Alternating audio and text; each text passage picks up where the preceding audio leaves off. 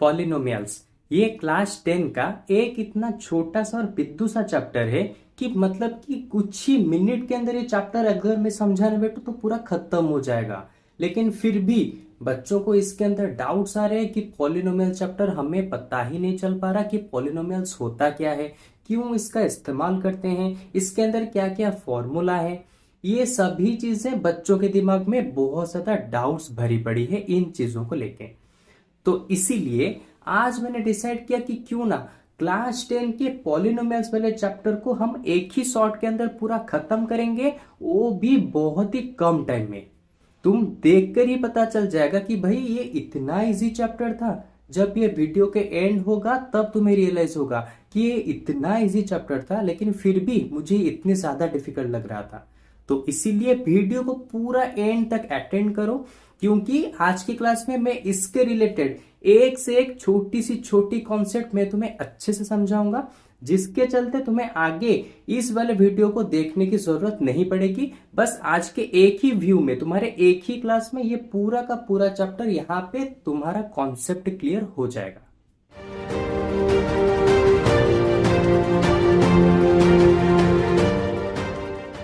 So hello students, मैं हूं आप सभी का प्यारा राकेश भैया और आप लोग देख रहे हैं लिमिट्स एजुकेशन चैनल। तो आज के क्लास में जैसे कि आप लोग जानते ही हैं कि हम लोग पॉलिनोमियल्स वाले चैप्टर को कम से कम टाइम में उसके सारे के सारे बेसिक्स के साथ खत्म करेंगे। तो चलो बिना टाइम वेस्ट करे इस चैप्टर को जल्द से जल्द फटाफट से खत्म करते हैं। ओके, तो देखो मैं सबसे पहले तुम्हें बताऊं पॉलिनोमियल्स होता क्या है। सबसे पहले थोड़ा सा मैं रिवाइज कर देता हूं, रिकॉल करा देता हूं तुम्हें कि भाई पहले मुझे तुम ये बताओ कि वेरिएबल्स तो तुम्हें पता है, वेरिएबल्स होता क्या है। सिंपल, जिसके वैल्यूज हर मतलब कि हर समय चेंज होते रहते हैं। जैसे कि कोई x हो गया, कोई y हो गया, कोई a हो गया या फिर b हो गया। इस तरह के अल्फाबेट जिसके वैल्यूज हर टाइम पे चेंज होते रहते हैं उसको कहा जाता है वेरिएबल्स। ये तुम्हें पहले से पता है। देन आता है कांस्टेंट। कांस्टेंट किसको कहा जाता है? सिंपल, जिसका वैल्यू हमेशा सेम रहता है, कभी चेंज नहीं होता, सेम वैल्यू, उसको कहा जाता है कांस्टेंट। जैसे कि हो गया हमारा कोई नंबर 3 हो गया, नंबर 2 हो गया या फिर नंबर 5 हो गया।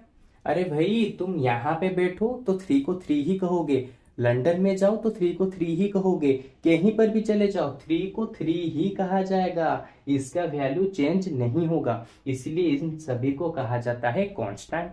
और इसी तरह के और भी बहुत सारे जो नंबर्स हैं उनको कहा जाएगा कांस्टेंट। सिंपल, हमें वेरिएबल्स और कांस्टेंट के बारे में पहले से ही अच्छे से पता है। ओके, मैंने बस रिकॉल कराना था, इसको रिकॉल करा दिया। ठीक है, अच्छा तो अब देखो पॉलिनोमियल्स हम किसको कहेंगे। पॉलिनोमियल्स का एक जनरल फॉर्म होता है जिसको कहा जाता है ax प्लस बी। ठीक है, इसको कहा जाता है पॉलिनोमियल। और हाँ, इसको डाउट मत रखना, ये p ऑफ x का मतलब क्या है। p का मतलब होता है पॉलिनोमियल, x का मतलब होता है इन टर्म्स ऑफ x। क्योंकि तुम्हें यहाँ पे दिख रहा है x जो है यहाँ पे पॉलिनोमियल की तरह यूज किया गया, यानी कि वेरिएबल है। ओके, इसके ऊपर मैं अभी एग्जांपल दूंगा जिससे तुम्हें अच्छे से समझ आएगा। ओके, तो देखो ये तो हो गया हमारे पॉलिनोमियल का एक जनरल फॉर्म। तो इसके ऊपर अगर मैं एग्जांपल देने जाऊं, 2x प्लस 5 एक पॉलिनोमियल होगा, 3x प्लस 6 एक पॉलिनोमियल होगा, 7x प्लस 9 एक पॉलिनोमियल होगा। लेकिन अगर वहीं पे मैं तुम्हें एग्जांपल दूं 2x प्लस एक सेकेंड, थोड़ा सा इसको चेंज कर देते हैं, 2x स्क्वायर प्लस 3x, क्या ये भी एक पॉलिनोमियल होगा? जरा बताओ तो मुझे। अब थोड़ा सा में भी हो सकता है तुम कंफ्यूजन में फंस चुके हो, तो इसी कंफ्यूजन को दूर करने के लिए मैंने ये वाला क्वेश्चन दिया। यहां पे देखो, अब तुम्हारा अगर डाउट हो रहा है कि यहाँ पे x का पावर है 2, यहाँ पे x का पावर है 1, तो ये पॉलिनोमियल में भी नहीं हो सकता। लेकिन बिल्कुल गलत, ये वाला भी एक पॉलिनोमियल होगा। तो अब तुम बोलोगे तो इसका मतलब तो मैं कुछ भी लिख दूं वो पॉलिनोमियल हो जाएगा। हाँ भाई, तुम कुछ भी लिखो वो पॉलिनोमियल हो जाएगा, लेकिन बस एक कंडीशन को तुम्हें यहाँ पे देखना है। और वो कंडीशन क्या है? देखो, कभी भी जो वेरिएबल का पावर होगा यानी कि जो x का पावर होगा वो कभी भी होल नंबर से डिफरेंट नहीं होना चाहिए। ओके अच्छा, इसको सबसे पहले इस चीज को मैं यहां पे लिख देता हूं, ठीक है। तो तुम्हें कैसे पता चलेगा कोई भी एक इक्वेशन पॉलिनोमियल होगा या नहीं होगा, कैसे पता चलेगा? तो यहां पे सिंपल नोट डाउन कर लो, पॉलिनोमियल में सिंपल तुम्हारी लैंग्वेज में मैं तुम्हें बता रहा हूं, सिंपल बुक्स की लैंग्वेज में नहीं बता रहा, सिंपल लैंग्वेज में समझो। अगर x का पावर या फिर वेरिएबल, x का मतलब होता है वेरिएबल, तुम्हारे पॉलिनोमियल में अगर y दिया हो तो भी सेम चीज, z दिया हो तो भी सेम चीज, कुछ भी वेरिएबल दिया हो सेम चीज। अगर मैं इसको लिख देता हूं, वेरिएबल लिख देता हूं तो तुम्हारे लिए इजी होगा समझने में। अगर वेरिएबल का पावर होल नंबर है तो उससे कहा जाएगा पॉलिनोमियल। समझे? अब इसके ऊपर थोड़ा सा देखो, यहां पे x का पावर 1 है तो होल नंबर है तो पॉलिनोमियल हुआ, यहां पे x का पावर 1 है तो पॉलिनोमियल हुआ, 1 यानी कि होल नंबर। यहां पे x का पावर 2 है, यहां पे x का पावर 1 है, दोनों ही जगह पे क्या है? होल नंबर, तो इसका मतलब ये भी एक पॉलिनोमियल हो गया। अब ये बताओ 2x⁻³ प्लस 7 क्या ये एक पॉलिनोमियल होगा? बिल्कुल नहीं, क्योंकि अभी मैंने तुम्हें कहा कि अगर वेरिएबल का पावर होल नंबर है तो ही उसे कहा जाएगा क्या? पॉलिनोमियल। लेकिन यहाँ पे x का पावर तो होल नंबर है ही नहीं, तो इसका मतलब ये एक पॉलिनोमियल नहीं होगा। एक और एग्जांपल लेते हैं, 2/x+3 क्या ये एक पॉलिनोमियल होगा? अब तुम्हें लग रहा होगा कि सर यहां पर तो x का पावर 1 है तो पॉलिनोमियल हो जाएगा। नहीं, हमेशा x को ऊपर रखो, कभी डिनोमिनेटर में नहीं रहेगा। तो x को जब मैं ऊपर लाऊंगा तो यहां पे क्या चेंजेस होगा? 2 रहा, x जब ऊपर न्यूमिनेटर में आएगा तो उसके पावर में एक माइनस मल्टीप्लाई हो जाएगा, तो ये हो जाएगा -1+3।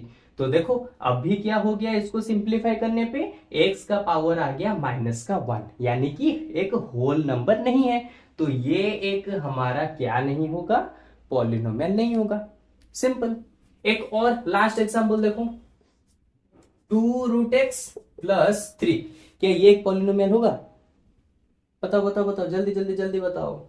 अरे यहां पे मैंने क्या कहा था, हमेशा चेक करो वेरिएबल का पावर, तो मैं वेरिएबल का पावर पहले यहां पे ले आता हूं। देखो 2 रहा, रूट ओवर का मतलब होता है 1/2, तो x का पावर तो यहां पे आ गया 1/2, 1/2 तो कभी भी एक होल नंबर नहीं होता, तो इसका मतलब ये एक पॉलिनोमियल नहीं है। देखा कितना इजीली हमें पता चल गया कि पॉलिनोमियल हम किसको कहेंगे किसको नहीं कहेंगे। ओके, तो चलो जल्द से जल्द इन सभी एग्जाम्पल को अच्छे से लिखो, अपनी लैंग्वेज में हमेशा बनाओ एक नोट। अभी जो तुम ये वीडियो देख रहे हो तो इसी को देख कर ही अपना एक छोटा सा नोट्स बना लो, ताकि दोबारा इस वीडियो को देखने की जरूरत ना पड़े। क्योंकि अभी समझ रहे हो, अगर इसी चीज को तुमने अपनी लैंग्वेज में, मैं देखो किस तरह से लिख रहा हूं, मैं अपनी लैंग्वेज में लिख रहा हूं, बुक के लैंग्वेज का इस्तेमाल नहीं कर रहा। बुक के लैंग्वेज में अगर इस्तेमाल करोगे तो भाई बुक्स में और तुम्हारे नोट्स में क्या मतलब कि फर्क रह जाएगा। इसीलिए अपनी लैंग्वेज में लिखो, जैसे कि तुम एग्जाम के टाइम में पढ़ोगे तो तुम्हें इस वीडियो को फिर से देखने की जरूरत नहीं पड़ेगी। ओके, चलो चलो चलो जल्दी लिखो, इसके बाद एक और नया उसके बाद जो है उसको पढ़ेंगे। जल्दी जल्दी लिखो लिखो लिखो लिखो। तो अब बात करेंगे डिग्री ऑफ द पॉलिनोमियल, कि पॉलिनोमियल का डिग्री कैसे फाइंड आउट करें। तुमने इस वर्ड को तो बहुत बार सुना ही होगा, या फिर तुम इसके बारे में जानते ही होगे कि डिग्री किसको कहा जाता है, कैसे निकालते हैं। मैं तुम्हें इसके बारे में थोड़ा सा बता देता हूं, क्योंकि बहुत सारे ऐसे बच्चे हैं जिनको इसके बारे में अच्छे से पता नहीं है। ओके, तो देखो डिग्री जो होता है बहुत ही इजी टर्म है। क्या इजी टर्म है? देखो मैं 2 एग्जाम्पल लूंगा, उसमें से समझाऊंगा, उसके बाद उसका डिस्क्रिप्शन लिख दूंगा कि डिग्री होता क्या है। ओके, तो देखो सबसे पहला एग्जाम्पल मैं लेता हूं 3x² + 7x + 5, तो इसका डिग्री कितना होगा बताओ। सेकेंड एग्जाम्पल लेता हूं 7x⁻², 5x⁻7 + 6, तो इसका डिग्री कितना होगा बताओ। एक छोटी सी चीज यहां पे ध्यान रखो, डिग्री का मतलब होता है उस पॉलिनोमियल के अंदर जो वेरिएबल्स है उसका हाईएस्ट पावर कितना है। तो देखो इस पॉलिनोमियल के अंदर यहां पे है x, यहां पे x, ये दोनों वेरिएबल्स हैं, तो इन दोनों वेरिएबल्स में हाईएस्ट पावर कितना है, यहां पे है 1, यहां पे है 2, तो डिग्री हो गया 2। सेम चीज यहां पर भी देखो, यहां पे दो जगह पे वेरिएबल्स हैं, इन दोनों वेरिएबल्स के अंदर हाईएस्ट पावर किसका है, 7 का, यानी कि इस वाले x का जो कि है हाईएस्ट पावर कितना है 7, तो इसका मतलब डिग्री भी यहां पे हो गया 7। देखा कितना इजी था। तो अगर मैं इसको डिस्क्रिप्शन लिखूं अपने लोकल लैंग्वेज में, अगर इसका मैं डिस्क्रिप्शन बनाऊं, सिंपल, मैं बार बार कहता हूं हर वीडियो में, हर क्लास में भी मैं तुम्हें कहता हूं कि जिस चीज को समझे हो उसका डिस्क्रिप्शन अपनी मदर टंग में यानी कि अपने लैंग्वेज में लिखो, जिससे तुम बाद में पढ़ के खुद खुद को ही समझा पाओगे। ओके, तो देखो सिंपल, हाईएस्ट पावर जो होता है किसका, एक वेरिएबल का, उसको कहा जाता है, उसको कहा जाता है डिग्री। देखा मैंने अपने ही लैंग्वेज में इस डिग्री का बना दिया एक छोटा सा डिस्क्रिप्शन, जो कि मैं कभी भी पढ़ूं मुझे इसका मतलब समझ आ जाएगा, क्योंकि मैं ऑलरेडी इसको समझ चुका हूं। ओके, अगर इसी चीज को तुम बुक के लैंग्वेज में लिखोगे तो थोड़ा सा टेक्निकल टर्म्स आएंगे और उसको समझने में तुम्हें दिक्कत होगी, इसलिए मैं बार बार कहता हूं अपने मदर टंग में लिखना स्टार्ट कर दो। ठीक है, अच्छा, तो अब देखो यहां पे मैं तुम्हें तीन, यहाँ पे x मतलब कि 3 क्वेश्चन देता हूं, मुझे वीडियो को पॉज करना और जल्द से जल्द 2-3 सेकंड के अंदर उसके आंसर को मुझे बताना। ठीक है, 3x to the power minus 3x to the power 7 plus 2x square plus 2, इसका डिग्री कितना होगा बताना है मुझे। 7x to the power 2 plus 3x to the power 2 plus 7x to the power 5, इसका डिग्री कितना होगा तुम्हें बताना है। Then 5x to the power minus 7 plus 3x to the power 2 plus 7x to the power 5। ठीक है, इसका भी डिग्री कितना होगा मुझे बताना है। जल्दी से जल्दी वीडियो को पॉज करो, बताओ आंसर कितना होगा, इन सभी के डिग्री बताओ, जल्दी जल्दी जल्दी जल्दी, degree degree degree find out करो, खुद ही फाइंड आउट करो, चेक करो कि तुम आंसर सही बता रहे हो या फिर गलत बता रहे हो, कितना समझे हो इसी से तुम्हें पता चल जाएगा। ओके, बताओ जल्दी जल्दी जल्दी। हो गया टाइम अप, 3 सेकंड से ज्यादा हो गए। अब मैं बताता हूं, मैंने क्या कहा, डिग्री, तो वेरिएबल का जो हाईएस्ट पावर होगा, तो यहां पे वेरिएबल का हाईएस्ट पावर है कितना, 7, क्योंकि यहां पे है 2, यहां पे 7, तो डिग्री हो गया 7, खत्म। यहां पे देखो, यहां पे वेरिएबल का हाईएस्ट पावर कितना होगा, यहां पे है 2, यहां पे है 2, यहां पे है 5, तो डिग्री हो गया 5। हाँ, अगर तुम चाहो तो इसको पहले सॉल्व भी कर सकते हो, 7x स्क्वायर के साथ 3x स्क्वायर मिल जाएंगे तो हो गए 10x स्क्वायर, लेकिन फिर भी यहां पे x का पावर हाईएस्ट है तो डिग्री 5 ही रहेगा। ओके, उसी तरह से थर्ड क्वेश्चन का, यहां पे मैं बहुत सारे बच्चों का गारंटी देता हूं, बहुत सारे बच्चे यहां पे लिखे होंगे x का पावर या तो 5 लिखे होंगे डिग्री, या फिर कोई कोई हो सकते हैं -7 भी लिखे होंगे डिग्री। लेकिन एक चीज मैं तुम्हें यहां पे बता दूं कि अगर इन दोनों, मतलब कि इन दोनों में से किसी एक नंबर को तुमने अगर लिखा है डिग्री के तौर पे, तो तुम्हें इस चैप्टर को बहुत अच्छे से समझना है। क्यों? क्योंकि अरे भाई, डिग्री हम किसका निकालते हैं, जो एक पॉलिनोमियल होता है। क्या ये एक पॉलिनोमियल है? मैंने जस्ट अभी 2 मिनट पहले तुम्हें बताया कि पॉलिनोमियल कौन होता है, जहां पे वेरिएबल का पावर एक होल नंबर होता है। यहां पे वेरिएबल का पावर होल नंबर में है, ये तो माइनस में है, तो क्या ये एक पॉलिनोमियल हुआ? पॉलिनोमियल हुआ ही नहीं। तो अगर पॉलिनोमियल नहीं हुआ तो इसका डिग्री भी निकल ही नहीं सकता, सिंपल। तो इसीलिए मैंने कहा अगर तुमने आंसर इन दोनों नंबर्स में से किसी एक को भी लिखा है तो तुम्हें इस चैप्टर को बहुत अच्छे से समझना है, डीपली। ओके, तो ये हो गया डिग्री ऑफ द पॉलिनोमियल किसको कहा जाता है, उसके रिलेटेड बहुत सारे बेसिक्स, ठीक है, जो कि बहुत ही सिंपल था। ओके, एक बार इसको तुम समझ गए तो बार बार इसको समझने की जरूरत भी नहीं पड़ेगी, क्योंकि इतना ज्यादा इजी पीसी है। ठीक है, तो चलो इस चीज को जल्द से जल्द नोट डाउन करो, इसके बाद वाले कॉन्सेप्ट के ऊपर हम चलते हैं। जल्दी जल्दी नोट डाउन करो, नोट डाउन करो जल्दी जल्दी। तो अब हम लोग बात करेंगे जीरोस ऑफ पॉलिनोमियल्स के बारे में। ओके, तो जीरोस ऑफ पॉलिनोमियल का मतलब होता क्या है। तो अगर जीरोस वाले टर्म से तुम्हें प्रॉब्लम आ रहा है कि जीरो जीरोस कंफ्यूजन क्रिएट कर रहा है, तुम्हें समझ नहीं आ रहा, तो इसको सिंप्लीफाई कर देता हूं। बहुत बार क्वेश्चन में जीरोस की जगह आ जाते हैं सोल्यूशन। जीरोस का एक दूसरा नाम भी होता है जो कि होते हैं सॉल्यूशंस, या फिर इनको रूट्स भी कहते हैं, या फिर इनको आंसर्स भी कहते हैं। इन सभी का मतलब बिल्कुल सेम होता है।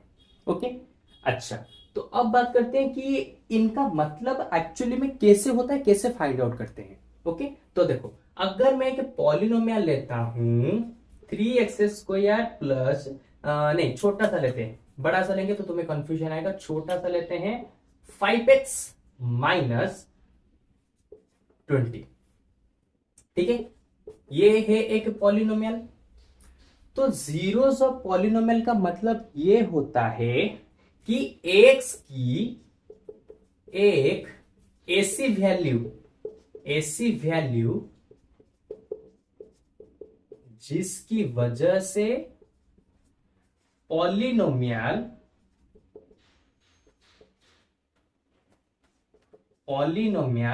इक्वल हो जाए जीरो के साथ। एक्स की एक ऐसी वैल्यू जिसको तुम यहां पे पुट करोगे तो ये पूरा का पूरा पॉलिनोमियल जीरो हो जाएगा, उसी को कहा जाएगा जीरोस। ठीक है, बहुत सिंपल है। यानी कि अगर मैं इसी को बताने जाऊं, ये हो गया इसका डिस्क्रिप्शन, ये वाला इसका डिस्क्रिप्शन हो गया, जो कि मैंने अपने लैंग्वेज में लिखा है, जो मैंने समझा है, आज तक समझा है, उसी को मैंने अपने लैंग्वेज में लिखा है। जिसको अगर तुम कॉपी करना चाहो कॉपी भी कर सकते हो, या फिर अपने लैंग्वेज में समझने के बाद लिख भी सकते हो। हमेशा बार बार कह रहा हूं, अपने लैंग्वेज में नोट बनाओ, कोई हिंदी नहीं, इंग्लिश नहीं, कुछ नहीं, तुम्हारे अपने लैंग्वेज में बनाओ।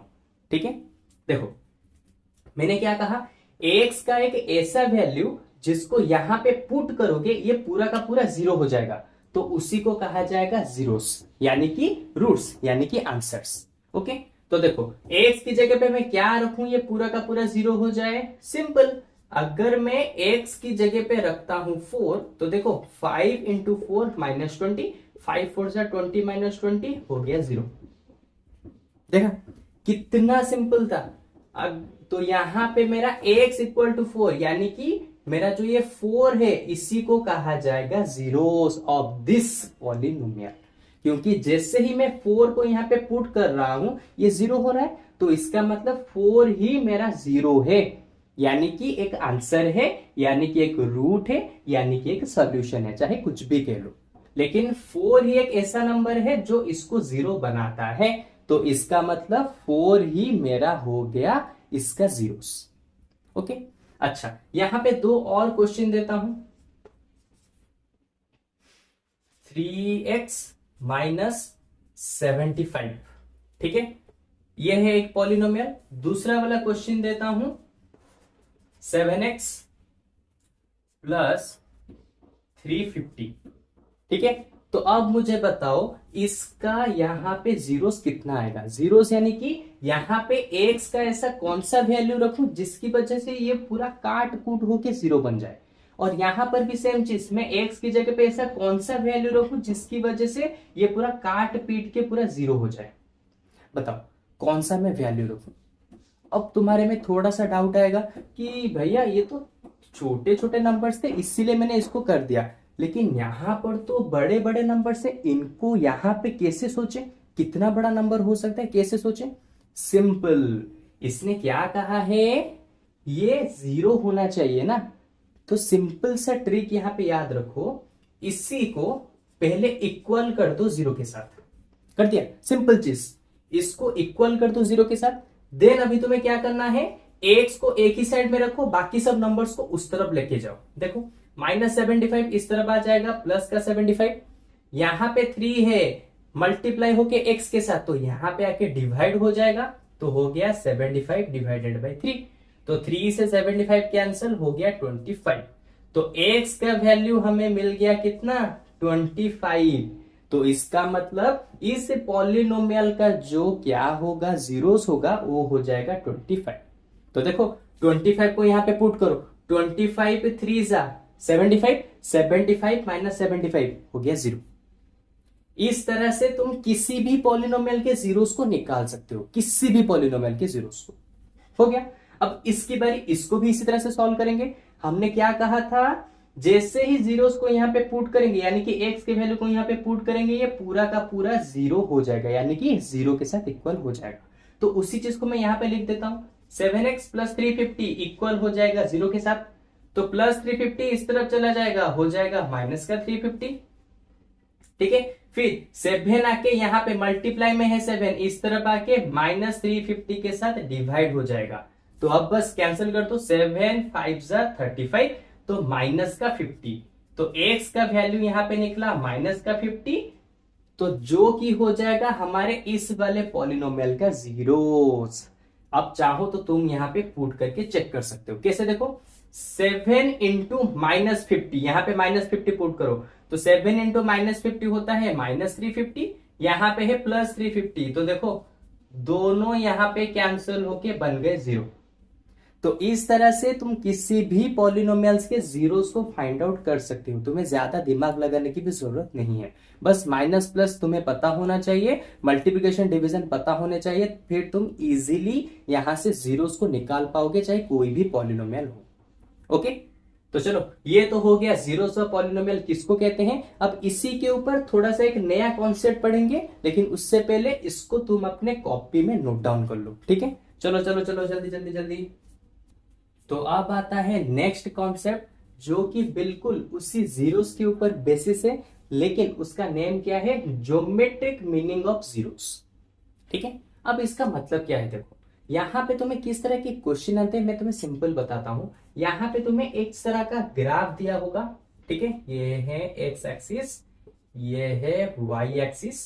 ठीक है, इस तरह के तुम्हें ग्राफ दिए होंगे, और उसके बाद इस तरह का बनाया गया होगा, या फिर मैं यहाँ पे 2-3 इस तरह के एग्जाम्पल ले जाता हूं जिससे तुम्हें इजीली समझ आएगा। या फिर इस तरह का बनाया गया होगा, ठीक है, या फिर एक और ले जाते हैं, ये है y, ये है x एक्सिस। ठीक है, या फिर इस तरह से बनाया गया होगा। ठीक है, तो अगर मैं यहां पे तुम्हें पूछूं इस वाले ग्राफ का कितने जीरोस होंगे बताओ, अब तुम कंफ्यूजन में पड़ जाओगे, अरे भाई कुछ नंबर ही नहीं है, मैं कहां से फाइंड आउट करूं कितने जीरोस होंगे, क्या होंगे, कैसे फाइंड आउट करूं। इसका छोटा सा एक डेफिनेशन याद रखो, x को जितनी बार छुआ उतना जीरोस। सिंपल, x को जितनी बार छुआ उतने जीरोस, इस चीज को तुम्हें याद रखना है। अब तुम बोलोगे कैसे, अगर मैं पूछूं यहां पे कितने जीरोस होंगे बताओ, कितने जीरोस होंगे, यानी कि इसके कितने आंसर होंगे बताओ, तो तुम्हें बस चेक करना है यहां पे एक्स एक्सिस को कितनी बार टच हुआ है, पहला यहां पे टच हुआ, दूसरा यहां पे टच हुआ, तो जीरोस हो गए 2, खत्म, आंसर खत्म। इसी तरह के क्वेश्चन तुम्हारे 1 मार्क वाले एग्जाम में आते हैं, यानी कि तुम्हारे एग्जाम में 1 मार्क के क्वेश्चन इसी तरह के आएंगे। फिर देखो इसके जीरोस, मैंने क्या कहा था, जितनी बार एक्स एक्सिस को टच हुआ होगा, यहां पे एक बार टच, यहां पे एक बार टच, तो जीरोस हो गया 2। इसके जीरोस बताओ, जल्दी जल्दी बताओ, इसके जीरोस कितने होंगे, कितनी बार एक्स एक्सिस को टच किया है, बस यहां पे एक बार टच हुआ है। अब तुम बोलोगे वाई एक्सिस को भी टच हुआ है, नहीं, हमें बस एक्स एक्सिस को देखना है। तो देखो यहां पे हो गया जीरोस कितने होंगे, बस 1। अच्छा, यहां पे बताओ कितने हो जाएंगे हमारे जीरोस, हाँ कितने हो जाएंगे जीरोस बताओ। सिंपल, यहां पे क्या उसने एक्स एक्सिस को टच किया, नहीं किया, मैंने कहा था जितनी बार टच उतनी बार जीरोस, टच नहीं हुआ तो जीरोस भी यहां पे नहीं निकलेंगे, तो नंबर ऑफ जीरोस हो जाएंगे 0, खत्म।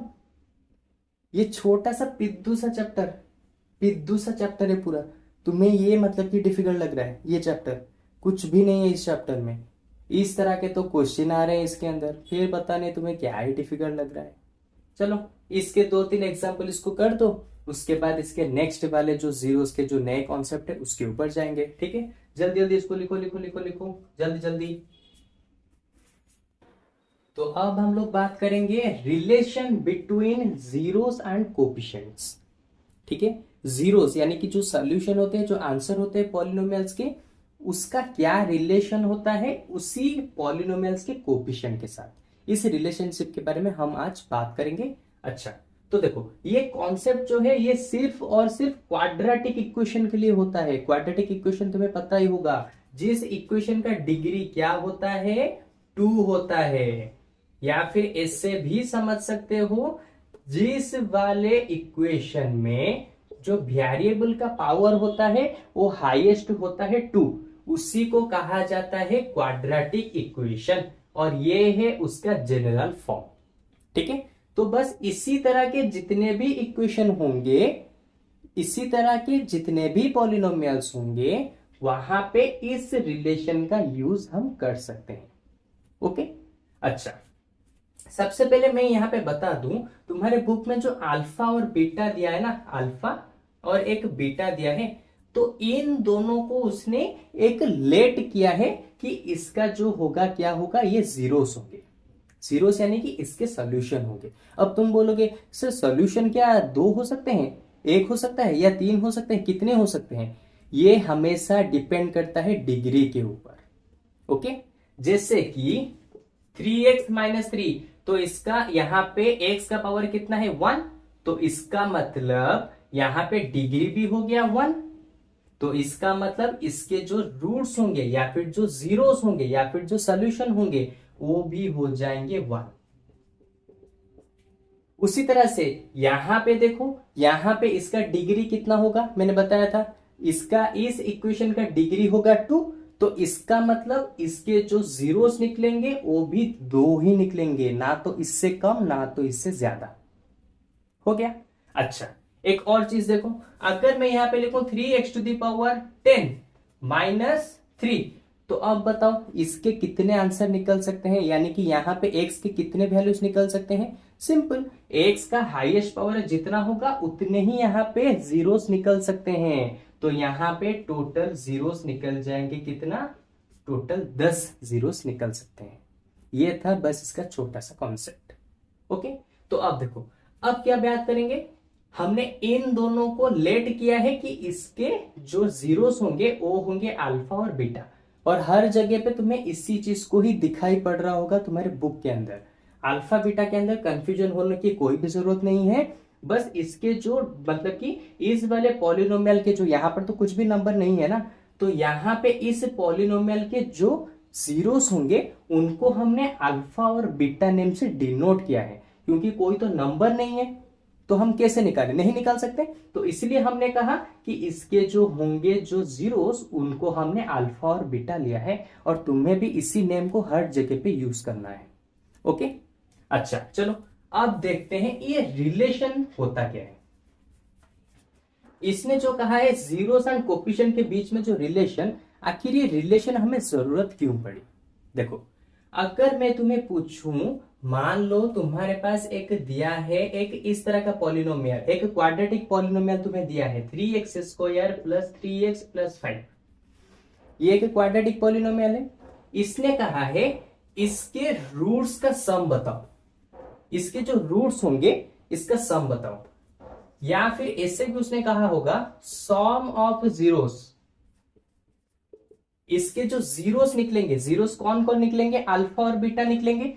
अरे नंबर में कोई भी हो, हमने उनको अल्फा और बीटा पकड़ा है, तो सम ऑफ जीरोस यानी कि जो 2 जीरोस तुम यहां से निकालोगे, जो 2 आंसर तुम यहां से निकालोगे, उनका सम कितना होगा बताओ।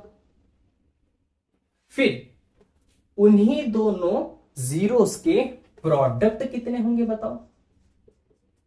प्रोडक्ट ऑफ जीरोस कितने होंगे बताओ, यानी कि अल्फा इंटू बीटा कितना होगा बताओ। तो अब तुम क्या करोगे, तुम पहले यहां से अल्फा को निकालोगे, यानी कि दोनों जीरोस को निकालोगे, फिर जाके इनको प्लस करोगे। फिर जाके इनको मल्टीप्लाई करोगे, इनके आंसर को निकालोगे। लेकिन नहीं, इसी चीज को उसने सिंप्लीफाई करने के लिए इस रिलेशन के बारे में बात की है कि अगर तुम्हें कभी भी किसी क्वेश्चन में इस तरह का दिया होगा एक क्वाड्रेटिक इक्वेशन और उसने कहा होगा कि भैया जी यहां से दोनों के दोनों जो जीरोस होंगे उनको निकालिए, फिर उनका सम कीजिए, फिर उनका मल्टीप्लाई करे कीजिए और मुझे आंसर बताइए कितना होगा। तो इसी चीज को सिंप्लीफाई करने के लिए उसने क्या कहा है, एक छोटा सा फॉर्मूला दिया है। क्या फॉर्मूला है? अगर वो पूछता है सम ऑफ जीरोस बताओ कितना होगा, तो सिंपल सम ऑफ जीरोस किसके साथ इक्वल होता है? माइनस बी बाई ए के साथ। अब तुम बोलोगे ये माइनस बी बाई ए क्या होता है? अरे simple, minus of b, b किसका कोफिशिएंट है? एक्स का, यानी कि यहां पे जो नंबर लिखा होगा उसको यहां पे लिख दो। फिर ए किसका कोफिशिएंट है? एक्स स्क्वायर का, और एक्स स्क्वायर का जो कोफिशिएंट होगा उसको लाके यहां पे नीचे लिख दो। तो इस तरह से तुम डायरेक्टली अल्फा प्लस बीटा के वैल्यू को निकाल पाओगे, सिंप्लीफाई। ओके, तो देखो यहां पे मैं लिख दू माइनस ऑफ कोफिशिएंट ऑफ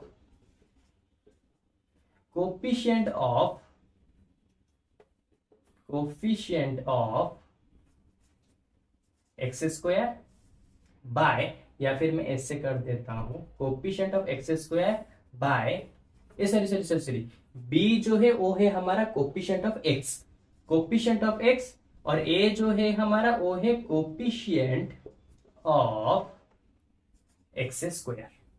तो ये है उसका छोटा सा रिलेशन, यानी कि एक पॉलिनोमियल में तुम उसके दोनों सम्स को निकालोगे, फिर उनको ऐड करोगे, जितना ही होगा तुम डायरेक्टली इस फॉर्मूले के अंदर नंबर को पुट कर दोगे, आंसर उतना ही होगा। इतना इजी क्वेश्चन है। ओके, अच्छा यहां पे भी उसी तरह से उसने क्वेश्चन दिया है, तो इसका भी कुछ सॉल्यूशन होगा। इसका सॉल्यूशन क्या है? सी बाई ए। अगर उसने कहा होगा दोनों जीरोस को निकालो और उनका मल्टीप्लिकेशन कितना होगा बताओ, सिंपल तुम सी का मतलब होता है कांस्टेंट, ये जो खाली नंबर लिखा है ना सिर्फ नंबर, इसी को कहा जाता है कांस्टेंट, उसको divided by coefficient of x square, उसको लिख दो। तो इसका आंसर जो आएगा अल्फा इंटू बीटा का आंसर भी वही होगा, इसी को कहा जाता है रिलेशन। यहां पे लिख देता हूं कांस्टेंट, और नीचे जो है वो है हमारा कोफिशिएंट ऑफ एक्स स्क्वायर। देखा, इतना इजी है। अब बताओ, अब तुम तो इजीली बता सकते हो इसका जो सम होगा कितना होगा, सम ऑफ जीरोस, इस पॉलिनोमियल के सम ऑफ जीरोस कितने होंगे? सिंपल, सम ऑफ जीरोस का मतलब होता है दोनों जीरोस को मिलाओ। तो दोनों जीरोस तो अभी हमें नहीं है हमारे पास, तो मैं क्या करूं, ये इसके साथ इक्वल है यानी कि माइनस बी बाई ए के साथ, तो मैं लिख देता हूं माइनस बी बाई ए, और माइनस बी बाई ए यानी कि माइनस रहा, बी का वैल्यू कौन है? बी का मतलब है कोफिशिएंट ऑफ एक्स, तो एक्स का कोफिशिएंट है 3, ए क्या है? कोफिशिएंट ऑफ एक्स स्क्वायर, तो एक्स स्क्वायर का कोफिशिएंट है 3, तो 3 से 3 कैंसल, -1 हो गया। तो जब हम इसके जीरोस को निकालेंगे, निकाल के उन दोनों को सम करेंगे, तब जाके -1 मिलने वाला था हमें, लेकिन हमने 2 स्टेप में ही -1 को निकाल दिया। ये है इनका रिलेशन। ओके, उसी तरह से इनके सम ऑफ, ये तो सम ऑफ जीरोस हो गए, अब प्रोडक्ट ऑफ जीरोस बताओ, प्रोडक्ट ऑफ जीरोस, इसी के प्रोडक्ट ऑफ जीरोस को बताओ क्या हो जाएंगे? Alpha into beta. अब तो हमारे पास इनके अल्फा बीटा नहीं है इनके जीरोस, तो क्या करेंगे, इसी फॉर्मूला को पुट करो, सी बाई ए। सी का मतलब होता है कांस्टेंट, तो कांस्टेंट यहाँ पे है लास्ट में, तो 5, और ए होता है एक्स स्क्वायर का कोफिशिएंट जो कि हो गया 3। सिंपल। तो इसके जब हम प्रोडक्ट को करेंगे, इसके दोनों जीरोस को, जो आंसर आने वाला था 10 मिनट के बाद, जब हम इसके जीरोस को निकालते फिर प्रोडक्ट करते, जो आंसर आने वाला था हमने 2 सेकेंड के अंदर इसके आंसर को निकाल दिया। तो इस तरह से यहां पे हम इनके रिलेशन यानी कि जीरोस एंड कोफिशिएंट के रिलेशन को यूज करके हम यहां पे क्या कर रहे हैं, इनके आंसर को इजीली निकाल रहे हैं। ओके, तो चलो जल्द से जल्द इस वाले कॉन्सेप्ट को लिखो। अब मैं इसी के ऊपर 1-2 क्वेश्चन और दूंगा, मुझे करके दिखाओगे। ओके, तो चलो जल्दी जल्दी लिखो, जल्दी लिखो, चलो चलो। तो अब हम इसी कॉन्सेप्ट के ऊपर यानी कि रिलेशनशिप बिटवीन क्या जीरोस एंड द कोफिशिएंट, इसी कॉन्सेप्ट के ऊपर ये लास्ट दो क्वेश्चन करेंगे। फिर इसके बाद आगे के एक छोटा सा कॉन्सेप्ट है उसके बारे में बात करेंगे, फिर ये चैप्टर क्लोज। इतना छोटा सा ये चैप्टर है लेकिन फिर भी तुम्हें डाउट आ रहा था। ओके, तो देखो यहाँ पे ये पुद्दू सा क्वेश्चन PQ, ये पुद्दू सा क्वेश्चन है। क्या उसने दिया है 2x² + 3x + 5, इसका हमें SOZ यानी कि सॉम ऑफ जीरोस और प्रोडक्ट ऑफ जीरोस को निकालना है। ओके, तो सॉम ऑफ जीरोस तो हमें पता है जो कि होता है अल्फा प्लस बीटा, ये दोनों जीरोस होते हैं, इनका सम करेंगे। इनका आंसर किसके साथ इक्वल होगा, क्योंकि हमें इसके नहीं पता इसके जीरोस क्या होंगे, तो इसके जो जीरोस होंगे यानी कि जीरोस का जो सम होगा उसको निकालने के लिए हमने एक रिलेशन पता है जो कि है -b/a। सिंपल। तो -b यानी कि x का कोफिशिएंट जो कि है 3, a यानी कि x² का कोफिशिएंट जो कि है 2। तो लो आंसर खत्म। इतना छोटा सा है क्वेश्चन। फिर प्रोडक्ट ऑफ जीरोस जो कि हो जाएगा अल्फा इंटू बीटा, इसका भी यहां पर तो हमें प्रोडक्ट यानी कि जीरोस नहीं पता, तो इसके लिए भी हमें एक फॉर्मूला दिया था, अभी मैंने बताया था, जो कि है c/a। c का मतलब होता है कांस्टेंट यानी कि जो सिर्फ नंबर पार्ट होता है, जो कि है यहाँ पे 5, और नीचे a यानी कि कोफिशिएंट ऑफ x², जो कि हो गया 2। तो लो 2 सेकंड के अंदर आंसर खत्म। अब अगेन फिर से एक बुद्धू सा क्वेश्चन आ गया, इफ अल्फा और beta are the zeros of the polynomial this, right the value of alpha plus beta plus alpha into beta. Confusion मत होना, बिल्कुल कंफ्यूजन मत होना। उसने कहा है कि अगर अल्फा बीटा इसके क्या है, इस पॉलिनोमियल के जीरो से, यानी कि अगर इसके आंसर से, तो मुझे बताओ alpha plus beta plus alpha into beta इसका वैल्यू टोटल कितना आएगा। तो तुम्हें बिल्कुल टेंशन नहीं लेना, तुम्हें बस क्या करना है, पहले अल्फा प्लस बीटा कितना होगा उसके वैल्यू को निकाल दो, फिर अल्फा इंटू बीटा कितना होता है उसके वैल्यू को निकाल दो, फिर दोनों को प्लस कर दो। देखो अब तुम बोलोगे क्यों निकाले हम अलग अलग से, क्योंकि भाई अल्फा प्लस बीटा का वैल्यू कैसे निकालते हैं हमें पता है, अल्फा इंटू बीटा का वैल्यू कैसे निकालते हैं हमें पता है, तो इजीली हम इनके वैल्यूज को निकाल पाएंगे, और निकालने के बाद क्या करेंगे, दोनों को प्लस कर देंगे तो हमें आंसर मिल जाएगा। ओके, तो देखो सबसे पहले निकालेंगे alpha plus beta. Alpha plus beta का फॉर्मूला क्या होता है निकालना, -b/a।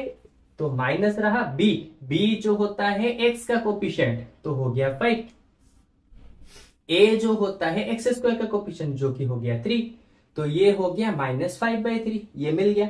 अल्फा इंटू बीटा कैसे निकाला जाता है, c/a। तो c का मतलब होता है कांस्टेंट यानी कि 5, a का मतलब होता है x² का कोफिशिएंट यानी कि 3, तो ये आ गया 5/3। तो बस यहाँ पे पुट करो। तो उसने क्या कहा है, alpha plus beta plus alpha into beta हमें चाहिए ना, तो सिंपल अल्फा प्लस बीटा का वैल्यू कितना निकला, -5/3, फिर प्लस देंगे alpha into beta, alpha into beta का वैल्यू कितना निकला 5/3, तो माइनस का 5/3 प्लस का 5/3 दोनों कैंसल, आंसर हो गया कितना 0। क्या हुआ, देखा ना कितना इजी क्वेश्चन था, बहुत इजीली तुम इसके क्वेश्चन को कर पाओगे। ये इतना सा छोटा सा पिद्दू सा इजी पीजी सा चैप्टर है, फिर भी तुम डाउट लेके बैठे हो। ओके, तो ये लो, ये कॉन्सेप्ट खत्म हो गया पूरा। इसके ऊपर मैंने 2 अलग अलग क्वेश्चन भी करा दिए। तो अब हम इसके नेक्स्ट वाले कॉन्सेप्ट के ऊपर चलते हैं, ठीक है। तो जल्द से जल्द इसको लिख दो अपने कॉपी के अंदर अपने खुद के लैंग्वेज में, फिर मैं इसके नेक्स्ट वाले कॉन्सेप्ट की तरफ पढ़ाता हूं। ओके, चलो चलो चलो जल्दी जल्दी जल्दी। तो अभी तक हम लोग क्या कर रहे थे, हमें क्वाड्रेटिक इक्वेशन दिया होगा, हम उसमें से दोनों जो जीरोस होते हैं उनका एडिशन निकाल रहे थे, दोनों जो जीरोस होते हैं उनका प्रोडक्ट निकाल रहे थे। लेकिन अभी थोड़ा सा केस उल्टा हो गया, ट्विस्ट आ गया। क्या ट्विस्ट, अभी हमें उल्टा करना है। क्या, उसने अभी दोनों यानी कि सॉम ऑफ जीरोस दिया होगा, प्रोडक्ट ऑफ जीरोस दिया होगा, फिर वो अभी कहेगा कि भाई मुझे बताओ पॉलिनोमियल क्या होगा।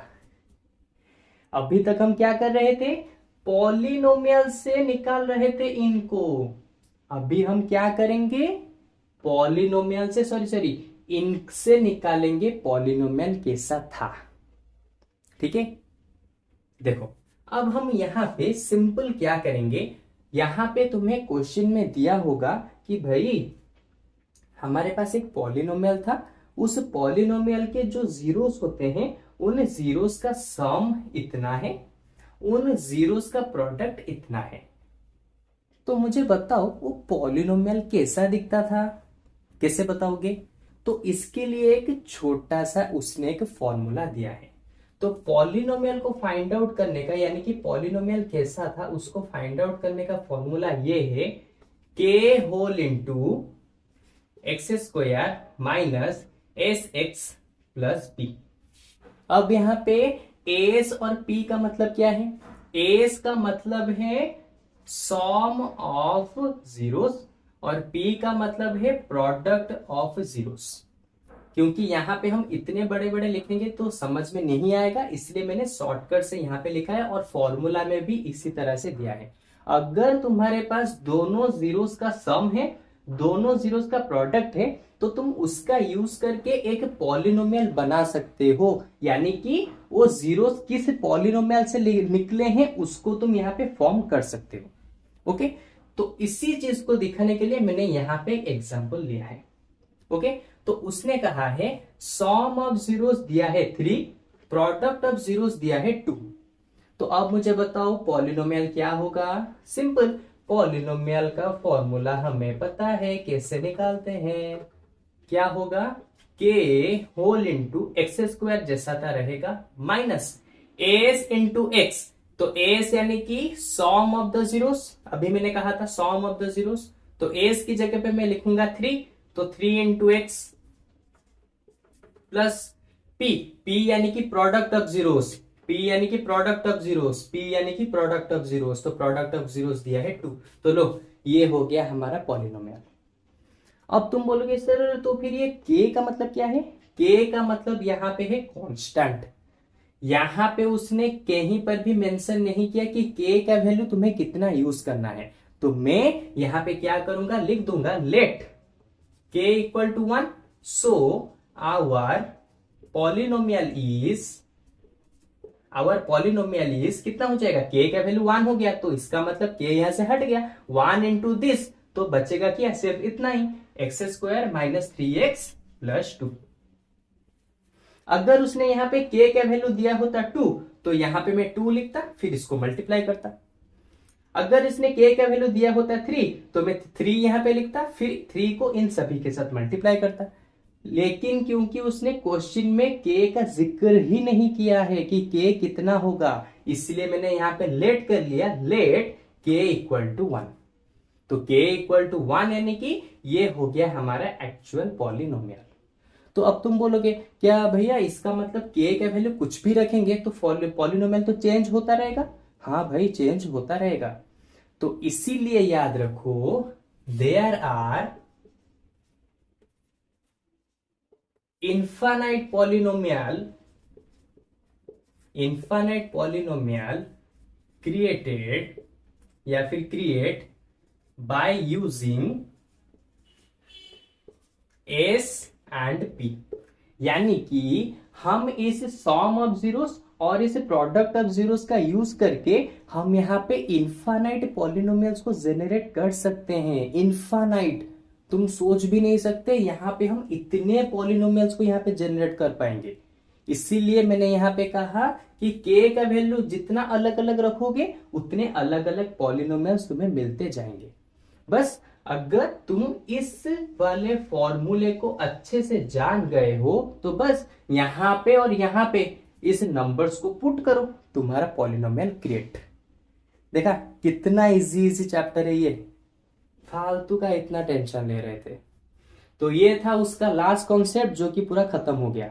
लेकिन बस और दो बस इमेज बाकी हैं ग्राफ के, जो कि मैं एंड में बताऊंगा, यानी कि अभी बताऊंगा। उसमें ज्यादा कुछ करना भी नहीं है, बस 1 मिनट का टाइम लगेगा जो कि तुम समझ जाओगे ग्राफ के ऊपर। ठीक है, तो जल्द से जल्द इसको लिख दो, फिर उसको मैं समझा देता हूं, फिर आज का क्लास ओवर, यानी कि ये चैप्टर पूरा खत्म। ओके, चलो जल्दी लिखो, जल्दी जल्दी लिखो। तो ये है आज के इस वाले चैप्टर का पूरा ही लास्ट और छोटा सा भी, छोटे से भी छोटा सा कॉन्सेप्ट, जो कि है ग्राफ यानी कि पैराबोला कॉन्सेप्ट। तुमने इस नाम को तो अच्छे से सुना ही होगा, लेकिन फिर भी तुम कंफ्यूजन में रहे हो कि ये पैराबोला इतना भारी भरकम नाम होता क्या है। अभी तुम्हारे लिए इसको हल्का फुल्का बना देता हूं। पैराबोला यानी कि ये जो देख रहे हो ना, इस एक्सिस के ऊपर इस तरह के ऊपर की तरफ बना हुआ है, इसको कहा जाता है अपवर्ड पैराबोला। और इसको कहा जाता है क्या, नीचे की तरफ है, इसको कहा जाता है डाउनवर्ड पैराबोला। देखा कितना इजी है। इसको कहा जाता है अपवर्ड, इसको कहा जाता है डाउनवर्ड पैराबोला। कभी भी क्वेश्चन में तुम्हारे ऐसे ही आएंगे कि भाई ये कौन सा पैराबोला है अपवर्ड, ये कौन सा पैराबोला है डाउनवर्ड पैराबोला।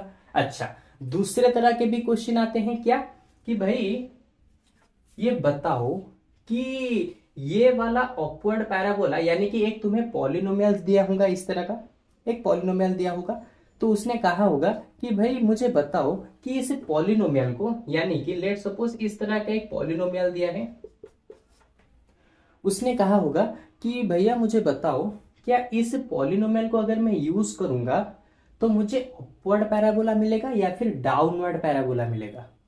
अब तुम सोचोगे कि इसको मैं कैसे बनाऊं, कुछ बनाने का, ड्रॉ करने का यहाँ पे नहीं है, ये दिमाग से हटा दो, कुछ ड्रॉ करना पड़ेगा। कुछ भी ड्रॉ नहीं करना, तुम्हें बस देखना है ए यानी कि एक्स स्क्वायर का जो कोफिशिएंट है। अगर ये कोफिशिएंट पॉजिटिव है, एक्स स्क्वायर का कोफिशिएंट अगर पॉजिटिव है, तो इसका मतलब इसको यूज करते ही हमें अपवर्ड पैराबोला मिलेगा। अगर ये वाला यानी कि एक्स स्क्वायर का कोफिशिएंट यानी कि जो ए होता है, अगर ये नेगेटिव है, तो इसका मतलब यहां पे हमें एक डाउनवर्ड पैराबोला मिलेगा। देख रहे हो कितना सिंपल है। क्वेश्चन में इसी तरह से ही आएंगे। क्वेश्चन में एक पॉलिनोमियल दिया होगा, उसने कहा होगा कि भाई बताओ डाउनवर्ड पैराबोला बनेगा इससे या अपवर्ड पैराबोला बनेगा इससे। तुम्हें कुछ नहीं देखना, बाकी सबको भूल जाओ, बस देखो अगर ए होगा पॉजिटिव तो अपवर्ड पैराबोला, खत्म। अगर ए होगा नेगेटिव तो डाउनवर्ड पैराबोला, बात खत्म। देखा कितना इजीली ये वाला कॉन्सेप्ट यहां पे खत्म हो गया। ओके, तो चलो आज के क्लास में हम लोगों ने पॉलिनोमियल्स वाले चैप्टर को, तुम देख ही सकते हो कितनी जल्दी हम लोगों ने खत्म कर दिया। फिर भी तुम्हें बहुत सारे बच्चों को डाउट आ रहे थे कि नहीं समझ नहीं आ रहा, समझ नहीं आ रहा। ओके, तो आज के क्लास में हमने पूरे के पूरे सभी बेसिक्स इस चैप्टर के ऊपर खत्म कर लिए। हाँ, इसके ऊपर और भी तरह तरह के क्वेश्चन है जो कि एग्जाम में आते हैं। अगर तुम चाहते हो उन क्वेश्चन को भी मैं समझाऊं तो सिंपल कमेंट सेक्शन में मुझे बता देना, तो मैं उसके ऊपर एक नया सा वीडियो लाऊंगा जहां पे हम सिर्फ इसी चैप्टर के डिफरेंट डिफरेंट तरह तरह के क्वेश्चन को करेंगे, जो क्वेश्चन तुम्हारे बोर्ड्स एग्जाम में आ चुके हैं लास्ट 10 ईयर्स में। ओके, और अगर तुम यहाँ पे ये चैप्टर तुम्हें पसंद आया, अच्छे से समझ चुके हो, तो इस वाले वीडियो को अपने उस मित्र के साथ भी जरूर भेजना जिस मित्र को अभी तक ये चैप्टर डिफिकल्ट लग रहा है। ओके, तो चलो आज की क्लास में बस इतना ही। अब हम लोग मिलते हैं इसके जस्ट एक न्यू सी क्लास में, एक इसी तरह के न्यू से चैप्टर्स के साथ। ओके, तो चलो बाय बाय।